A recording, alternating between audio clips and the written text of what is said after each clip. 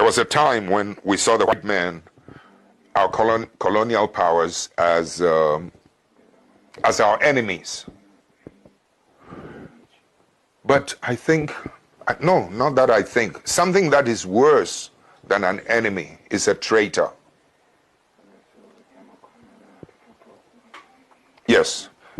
And when we won our freedom, some of our countries were led by some of the most noble nationalists, of our time.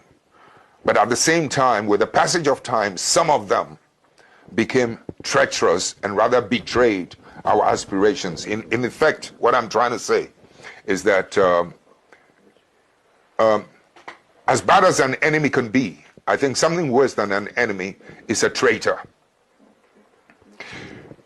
We've ended up evolving in the process of trying to modernize. We've ended up being westernized to the point where, as I sit here before you, when I wanted to even name my children African names, heroic names, I'm a Catholic. The Catholic Church, or that character, back at home, said, no, I cannot. They'll have to be Catholic names. I mean, those Catholic names are European names.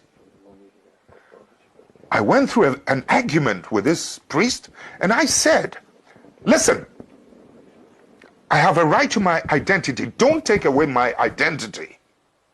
Okay? I mean, Christianize me if you may, but don't westernize me. There were times, my wife and I is a great graphic artist. We made some beautiful Christmas cards that depicted Christmas in an African setting. And the Christmas cards sold so well, even with Catholic nuns, white Catholic nuns. We wanted to secure the patent. I went to an office, the Registrar General's office, to secure the patent. Can you believe that this fellow African, Registrar General, looking at my black personality, black face, told me that, no, I cannot.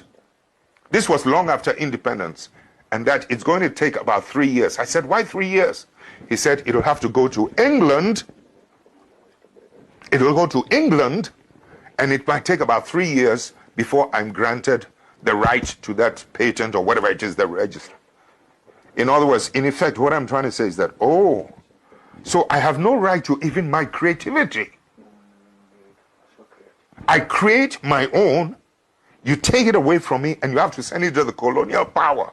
3 years later, when they have reproduced it, and I have no more right to it. So as an African, when you're talking about democracy, etc., let's put it aside. Let me bring you to the current modern situation. We end up with injustice. We end up with corruption. We end up with poverty. We end up with the worst possible things. We end up with the image. I don't have to tell you the image that you have in Africa.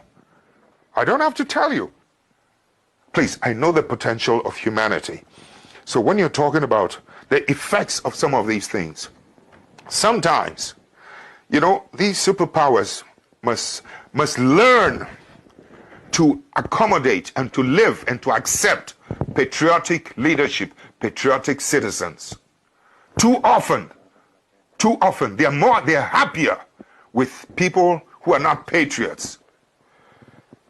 But if the media, especially in America, for instance, could give you both sides of the story as pertains to foreign policies and foreign actions, you will bring so much pressure to bear, because you still live in a world with the capacity and the ability to be able to influence your presidents.